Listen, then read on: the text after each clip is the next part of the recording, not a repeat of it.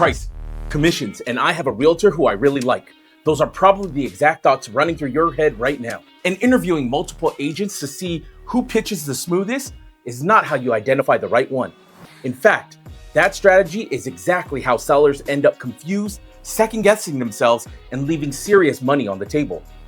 With the market shifting from what it was just 5 years ago, choosing the wrong agent can mean worse terms, fewer qualified buyers, and a lower final sales price. Today, you're going to learn how to prevent this.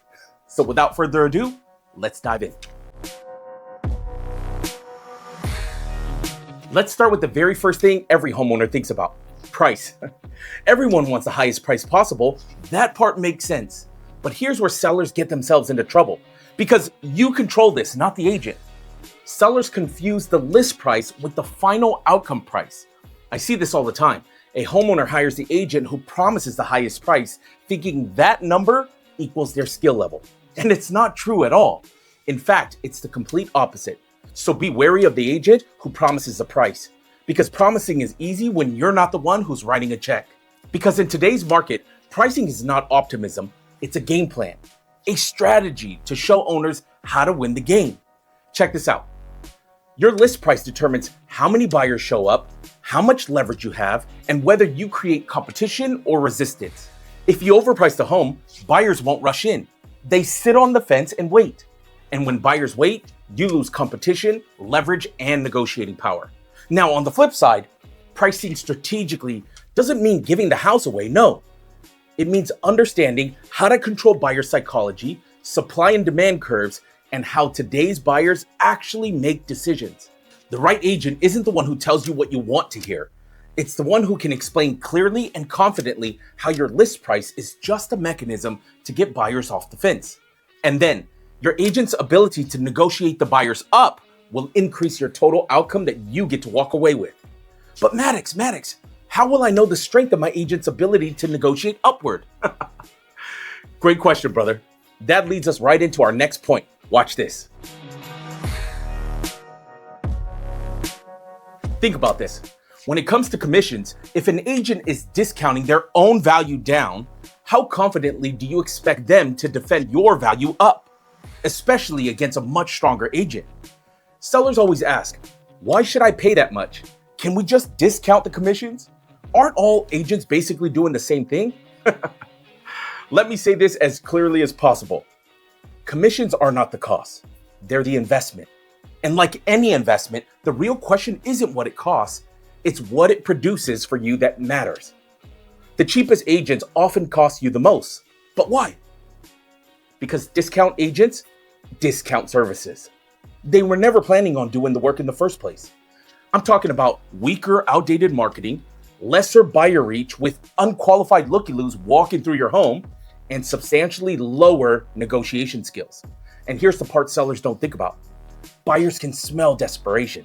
When a home sits too long, feels poorly marketed, or your agent unknowingly implies that you're desperate, buyers don't ask, how can we make an offer? No. They ask, what's wrong with this home? Why has it been sitting for so long?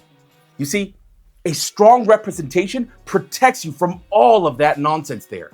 And a highly skilled agent earns their commission in controlling buyer psychology and the negotiation upward, not in posting on the MLS or in cookies and open houses. And heaven forbid, the buyer's agent out-negotiates your own agent. From East Coast to West Coast, we help sellers see that the most expensive thing in real estate isn't commission. It's putting a very hot buyer in front of a very wrong agent. Now, let's talk about a situation that you all know too well. It's the I have a decent realtor who I really like. Now, on the surface, that feels like a safe choice. Yes, you like them, you get along with them, you trust them as a person, right? All these are great. But here's the question most homeowners never stop to ask. Does liking someone automatically mean you're getting the best of the best expertise for this specific transaction?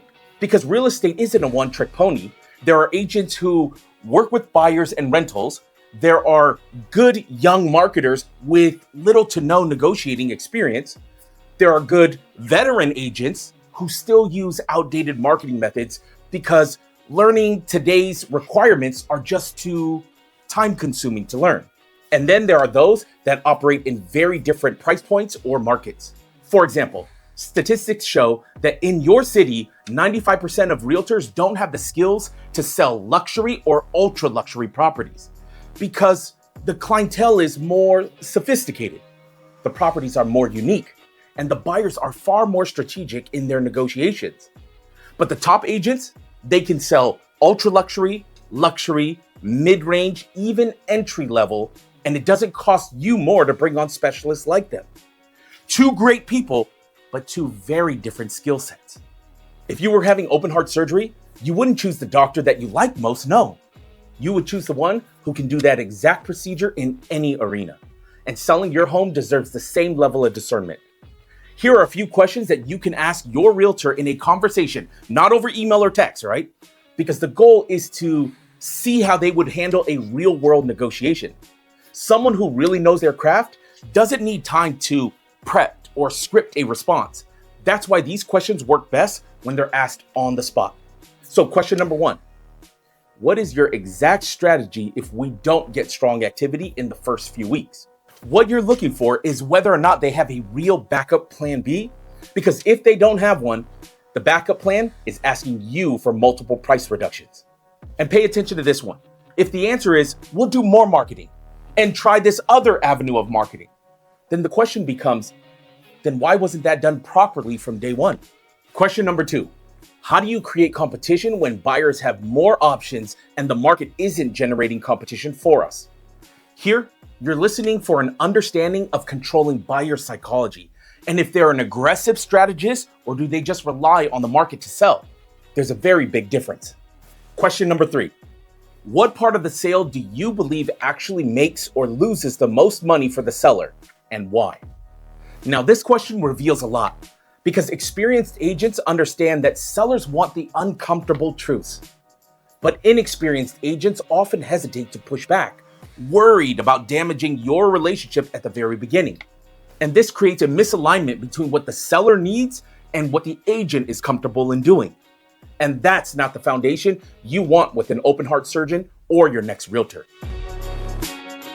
So a friend may be a decent realtor, yes, but that doesn't automatically mean they're the best of the best professional for this job. And giving yourself permission to ask these questions isn't disrespectful. It's being responsible to your family and one of your largest assets. So when it comes down to it, price, commission, or an agent that you like aren't the real decision. The real decision is the expert that you trust to help you see the truth when a ton of money is on the line. The right agent won't try to impress you with flash, pitch, or likability. They'll protect you in every aspect of the transaction. That is the investment and peace of mind that you'll get when you implement these tips. If this helped you think more clearly about what to look for, then take that clarity with you before you sign anything. And let us know if you have any questions. I'll see you on the next video.